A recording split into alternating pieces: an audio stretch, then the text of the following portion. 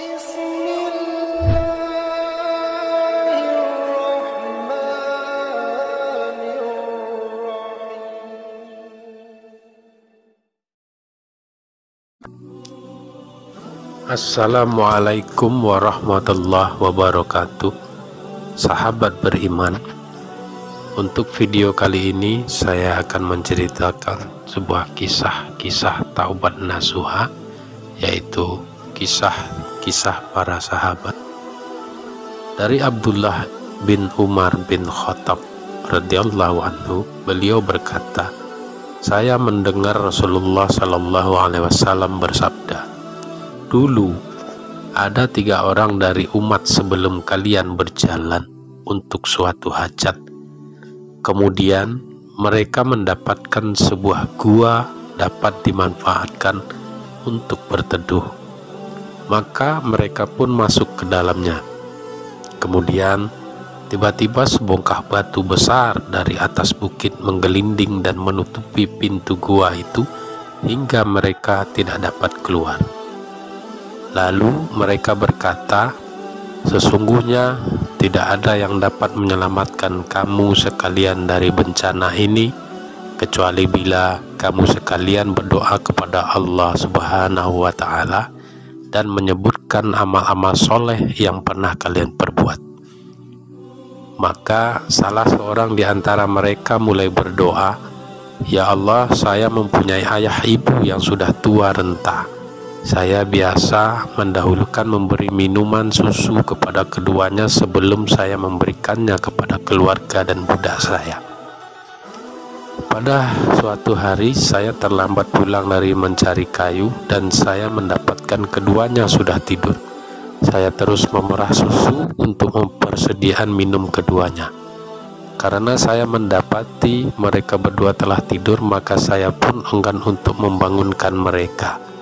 Dan saya juga tidak suka memberi minum susu itu baik kepada keluarga maupun kepada budak sebelum saya memberi minum kepada ayah bundaku, kata sahabat tadi.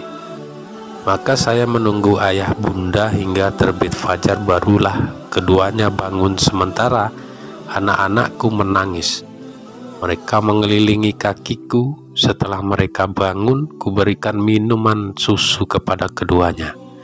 Ya Allah, jika saya berbuat seperti itu karena mengharapkan wajah-Mu, maka geserkanlah batu yang menutupi gua ini untuk kami. Maka bergeserlah sedikit batu itu, tetapi mereka belum bisa keluar dari gua tersebut. Sahabat yang lain berdoa, ya Allah, sesungguhnya saya mempunyai saudari sepupu yang sangat saya cintai. Pada riwayat yang lain dikatakan, saya sangat mencintainya sebagaimana lazimnya orang laki-laki mencintai seorang perempuan. Kemudian saya ingin berbuat zina dengannya, tetapi dia selalu menolaknya.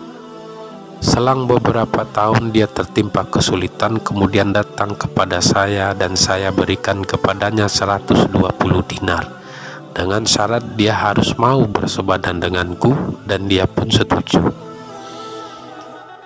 Ketika saya sudah menguasainya, maka riwayat lain dikatakan, kemudian ketika saya berada di antara kedua kakinya, dia berkata, takutlah kamu kepada Allah dan jangan kau robek selaput darahku kecuali dengan hak. Maka saya meninggalkannya, padahal dia adalah seorang yang sangat saya cintai dan saya telah merelakan emas yang saya berikan kepadanya. Ya Allah, jika saya berbuat seperti itu karena mengharapkan wajah-Mu, maka berikanlah kami jalan keluar dari apa yang kami hadapi ini. Maka bergeserlah batu itu, tetapi mereka belum bisa keluar dari gua itu.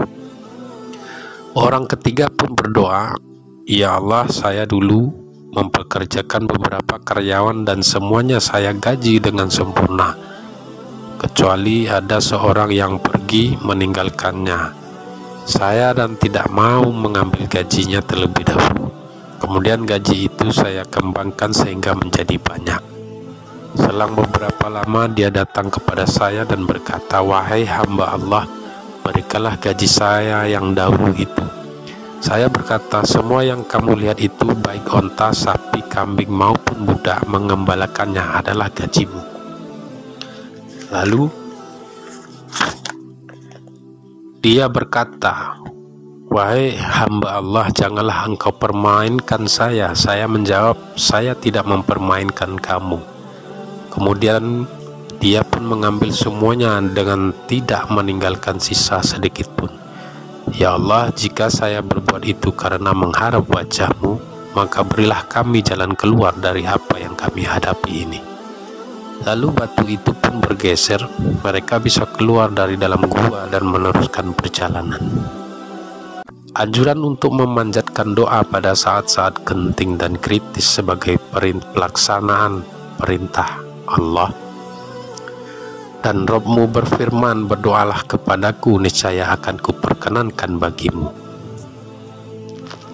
Diriwayatkan secara sahih dari Rasulullah Sallallahu Alaihi Wasallam dan para sahabat, 61 kisah pengantar tidur Muhammad bin Hamid Abdul Wahab. Semoga bermanfaat untuk kita semua. Assalamualaikum warahmatullahi wabarakatuh.